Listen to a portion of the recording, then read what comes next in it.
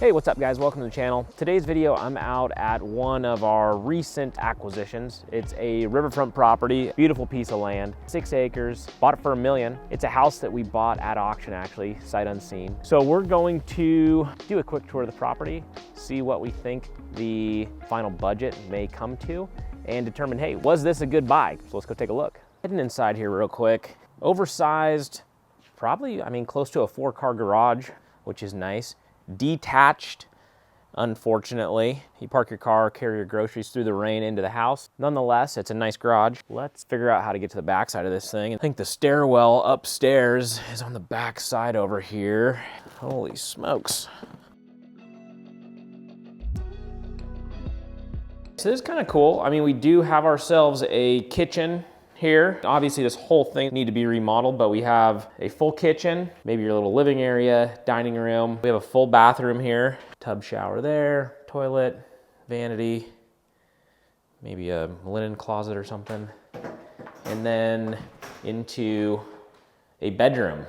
If we renovate this, which we obviously will, we'll have an ADU on the property, little 1-bedroom ADU, which is good for resale at the price point we're trying to get. And this is really cool too, out the bedroom. Obviously we need to get rid of some of these trees right here that are on our property, but we have nice views out our sliding glass door and maybe even incorporate some sort of balcony off of this. Obviously this place needs a lot of work, but we do have ourselves an open canvas to work with.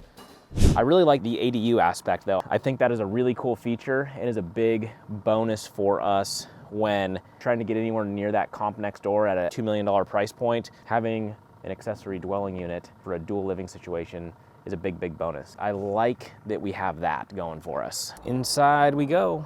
A lot of work to be done in here.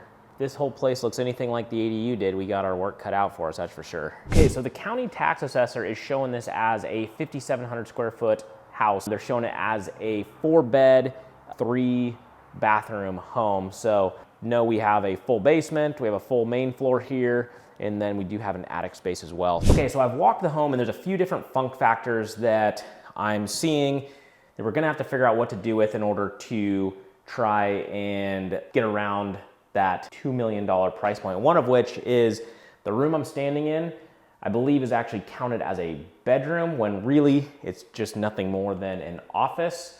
As you can see here, there's like built-in desks and whatnot. So really this is a 3-bedroom house within 5,700 square feet of living space. Funk factor number 1, it's a 3-bedroom house and this is not a 4th bedroom. We'll want to convert this back to a bedroom. Okay, funk factor number 2 is that not the only bathroom, but the main powder bath that guests would use on your main floor is accessed through the office. This is your guest powder bath and you either access it through the office right here, or then this passes through into your master bedroom. Very odd layout. We're gonna have to figure out what to do with that and how to make it function more as a traditional layout home, because that will not work. Issue number 3 I'm seeing is that this main floor is very compartmentalized off, as I would say. This is how they built them in the early 1900s, was every room was separated by a wall, where nowadays everything is more open concept and open floor plan.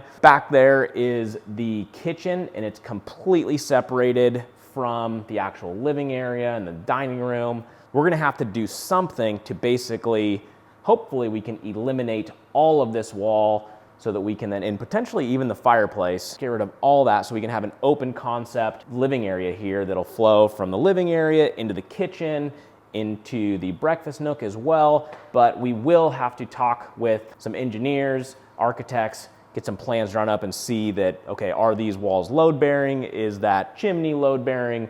What can we do? Because we'll definitely want to get rid of that and just get this open and flowing nicely. Issue number 4 I'm seeing is that this is the master bedroom right here.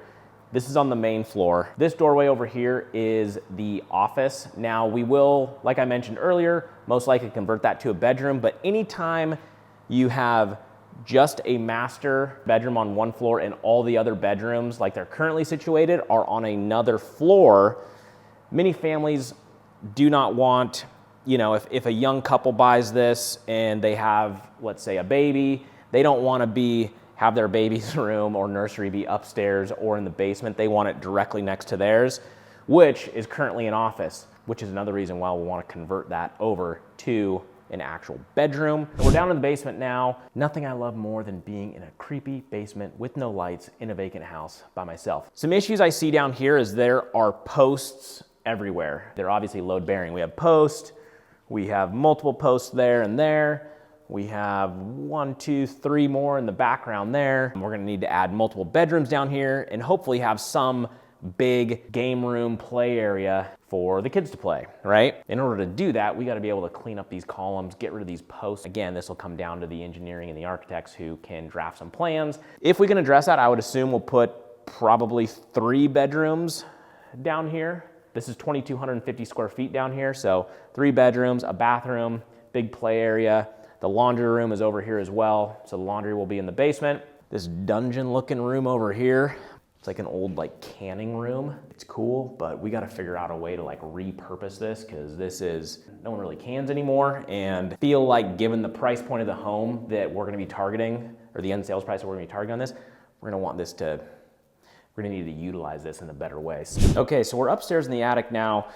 As soon as you get to the top of the stairs, we have this common area. We got a bedroom on the left, bedroom on the right, and then we have this very awkward sunroom thing. It has a roof on it, and then also has another sliding glass door here in case you just need to have quick roof access. It is very cool because we have some awesome river views from up here. I don't crawl on roofs often, but given that I got easy access to this thing, I kind of feel like I want to go out and check it out.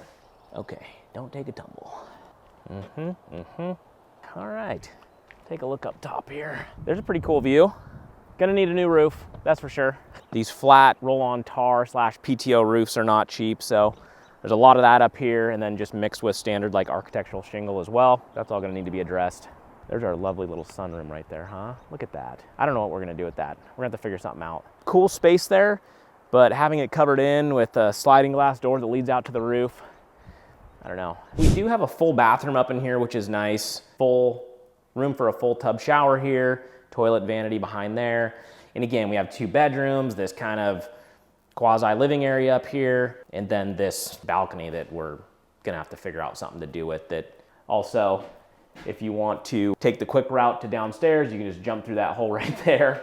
This is another funk factor of the property with this, as well as just what to do with this upstairs space. Because if we do leave the bedrooms up here, and then we have 2 bedrooms on the main as well, and then we put bedrooms in the basement, it's almost too many bedrooms for the property. That would give us 7 bedrooms. It's a little aggressive. I don't think we quite need that many. So maybe we do something up here and open this up into another party area. I don't really know. Well, that's the inside of the house. There's actually this other little outbuilding I'm gonna head over to. I wanna take a peek in. It's a small little outbuilding. I don't know if we need to tear it down or if there's something else we can do with it. I'm not quite sure. We're gonna go have a look. This is I don't know what the heck it is or what it could be used for. That looks like a sauna. It's actually in decent shape. Smells good too. Very, very small area in here. And we got ourselves a bathroom with a stand-up shower as well. I don't know what we're gonna do with this. It seems awkward to have a sauna and a bathroom out here. It's a ways away from the house, so to walk 50 yards over to this thing seems a little silly, but maybe we can tear all this out and repurpose this into a man cave or a cigar shed or something. I don't know. So that's the grand tour, guys. Before we can come up with a final rehab budget, we'll need to figure out exactly what we're doing with the layout, get some plan sets drawn up, and actually submit it to the contractors before we could get an actual firm budget. If I was to throw a number at it off the cuff, I would say this renovation is every bit of $400,000. That's just, again, it's off the cuff number. We got a lot of square footage. We got an ADU. We got a big house. We got 6 acres of land to take care of. I'd say actually, so I'm gonna adjust my budget. I would say anywhere between $400,000 and $500,000.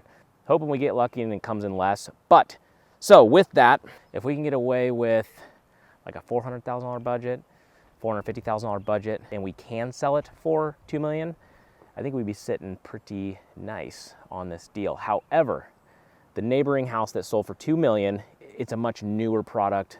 They don't have the layout challenges that we're facing. I think we can fix a lot of the imperfections of this place. And again, we'll see where the final numbers land. I'll be doing video updates on this property. We'll be getting into what the final floor plan is going to look like, budgeting, and then we will be starting work very, very soon.